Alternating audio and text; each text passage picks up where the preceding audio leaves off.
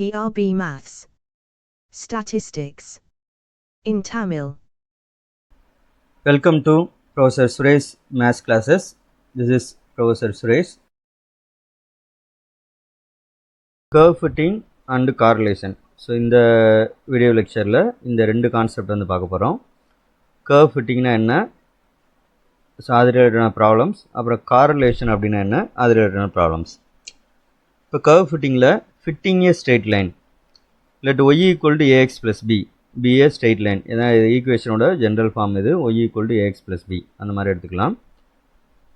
Let us consider the fitting of a straight line y equal to ax plus b to the set of n points xi comma yi I is equal to 1 to etc n.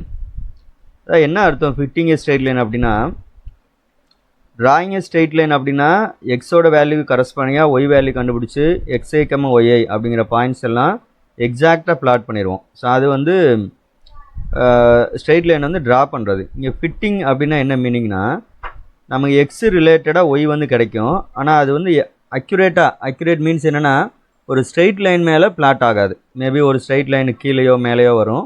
அதனால தான் இந்த வார்த்தை fitting. அப்போ best fit என்ன அப்படின்னு பார்க்கணும். எக்ஸும் ஒய்யும் ஒரு சின்ன சின்ன ஸ்மால் வேரியேஷன் இருக்கலாம். ஸோ அதை தவிர்த்து மற்ற இடத்துல வந்து கரெக்டாக அமையணும். அதான் வந்து ஃபிட்டிங் ஏ ஸ்ட்ரெயிட் லைன் அப்படின்னு சொல்கிறாங்க.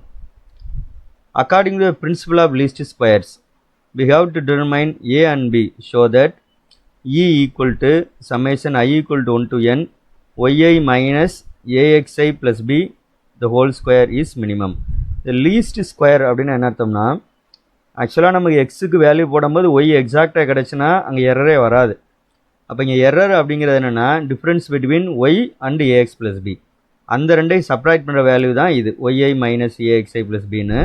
இதை என்ன பண்ணுறோன்னா ஸ்கொயர் வேறு பண்ணுறோம். ஸோ இந்த வேல்யூ வந்து நமக்கு என்ன இருக்கணும்னா மினிமமாக இருக்கணும். அப்படின்னா தான் வந்து நமக்கு அந்த ஸ்ட்ரெயிட் லைனில் இருக்கிற டேட்டா வந்து ஃபிட் ஆகும். இது மினிமமாக இல்லாமல் வேல்யூ வந்து மேக்ஸிமம் போச்சு அப்படின்னா டேட்டா வந்து நம்ம கரெக்டாக ஃபிட் பண்ணல அப்படிங்கிற மீனிங் வந்துடும். ஸோ இதுக்கு பேர் தான் வந்து principle of least squares. Square பண்ணுறோம், அந்த வேல்யூ லீஸ்ட்டாக வரணும், அதனால் பிரின்சிபல் ஆஃப் லீஸ்ட் ஸ்கொயர்ஸ் அப்படின்னு பேர். அப்போ நம்மளோட வேலை வந்து இது மினிமமாக இருக்கிற மாதிரி ஏ அண்ட் பி கண்டுபிடிச்சிட்டோம்னா, இந்த ஈக்குவேஷனே பார்த்தோன்னா தெரியுது ஏபி தான் நமக்கு வேணும். ஏன்னா எக்ஸ் அண்ட் ஒய் வந்து நமக்கு வேரியபிள்.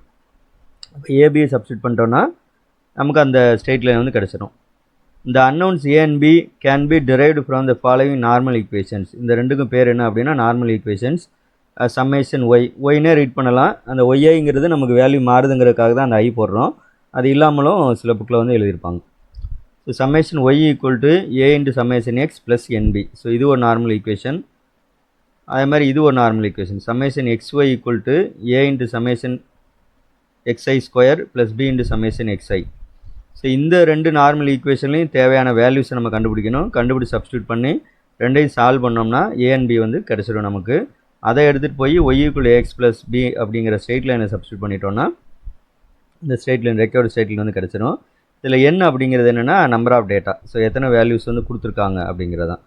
இது வந்து ஸ்ட்ரெயிட் லைன். அப்போ இதே மாதிரி என்ன செய்யலான்னா, fitting a second degree parabola, ஒரு பேரபோலாவை எப்படி வந்து நம்ம ஃபிட் பண்ணுறது. ஸோ ஜென்ரல் ஃபார்மெட்டில் ஈக்குவேஷன் பேரபோலா இது y equal a x square plus b x plus c இதை எடுத்துக்கிறோம். அது இங்கே அதே மாதிரி ஒரு கே பாயிண்ட்ஸ் அல்லது என் பாயிண்ட்ஸ்னு வச்சுக்கிறோம். அதே யூஸிங் இந்த பிரின்சிபல் ஆஃப் லீஸ்ட் ஸ்கொயர்.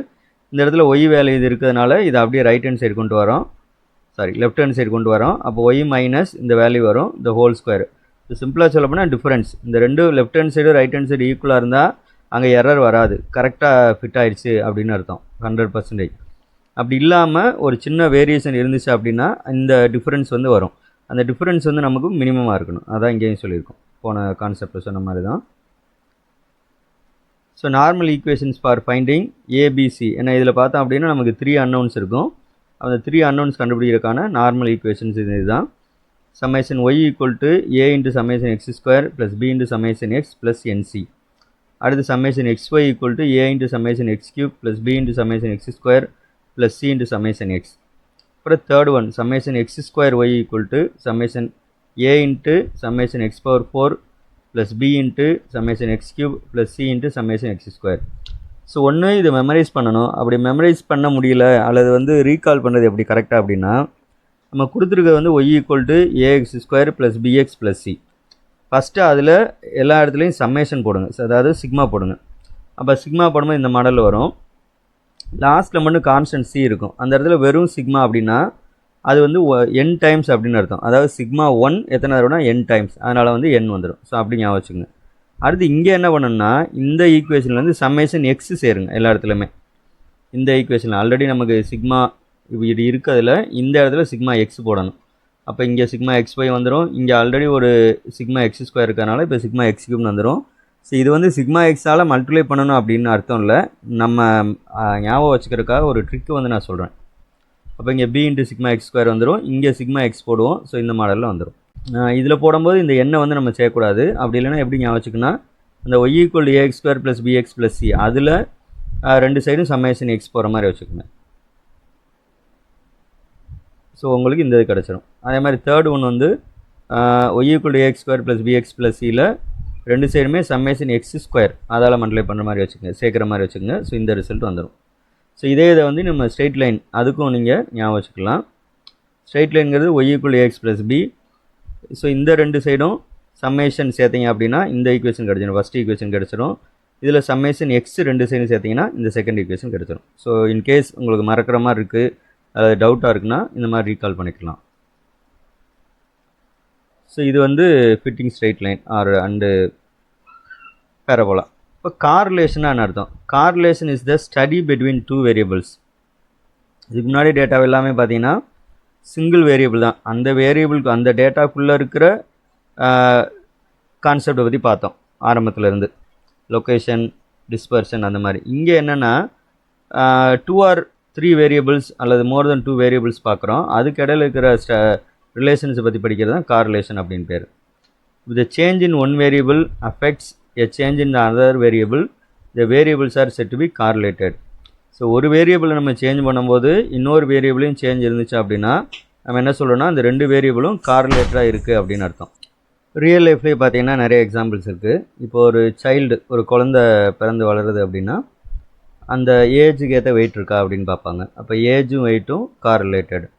இல்லை ஹைட்டுக்கு ஏற்ற வெயிட் இருக்கா அப்படின்னு பார்ப்பாங்க. ஸோ அந்த ஹைட் அண்ட் வெயிட் வந்து கார்ரிலேட்டட். இப்போ யூஸ்வலாக வந்து எக்ஸ்பீரியன்ஸ் ஆக சேலரி வந்து இன்க்ரீஸ் ஆகும். அப்போ எக்ஸ்பீரியன்ஸ் அண்டு சேலரி வந்து கார்ரிலேட்டட். ஸோ இந்த மாதிரி விஷயத்தான் வந்து நம்ம ரியல் லைஃப்பில் இந்த மாதிரி டேட்டா வந்து நமக்கு நிறைய இருக்குது.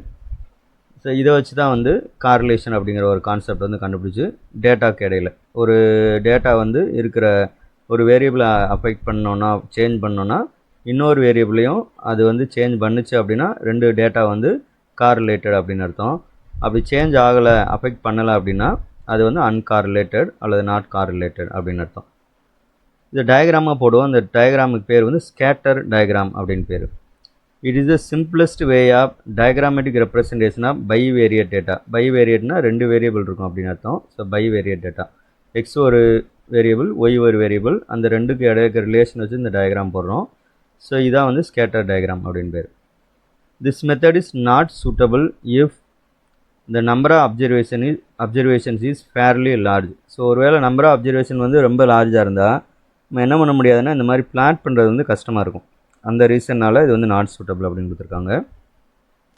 Linear relationship between two variables. So இதான் வந்து அந்த diagram. Karl Pearson's coefficient of correlation. இந்த கார்ரிலேஷன் கண்டுபிடிக்கிறதுக்கு கால் பியர்சன்ஸ் கோஎஃபிஷியன்ட் அப்படின்னு ஒரு கான்செப்ட் இருக்குது, அதை நம்ம பார்க்க போகிறோம். Correlation coefficient between two random variables X and Y denoted by r of x, y or rxy. சில புக்கில் வந்து r க்கு பதிலாக ரோ அப்படின்னு கொடுப்பாங்க. Want full video? Join online class. Two variables are independent, then they are uncorrelated. So ரெண்டு variable இண்டிபெண்ட்டாக இருந்தால் அன்கார்ரிலேட்டடாக இருக்கும். ஆனால் அன்கார்ரிலேட்டடாக இருந்தால் இண்டிபெண்ட்டாக இருக்கணும்னு அவசியம் இல்லை, ஏன்னா நாட் இண்டிபெண்ட் வருது. அதுக்காக தான் இந்த எக்ஸாம்பிள். கான்வெர்ஸ் வந்து நாட் ட்ரூ அப்படின்னு மேலே போட்டிருந்தோம். ஸோ அதுக்குரிய ஒரு எக்ஸாம்பிள் தான் இந்த remark 3. Want full video? Join online class. New batch admission open for PGTRB, Polytechnic TRB, CSIR Net Set. Contact 883-803-7215. Enroll at www.profsuresh.in. All the very best.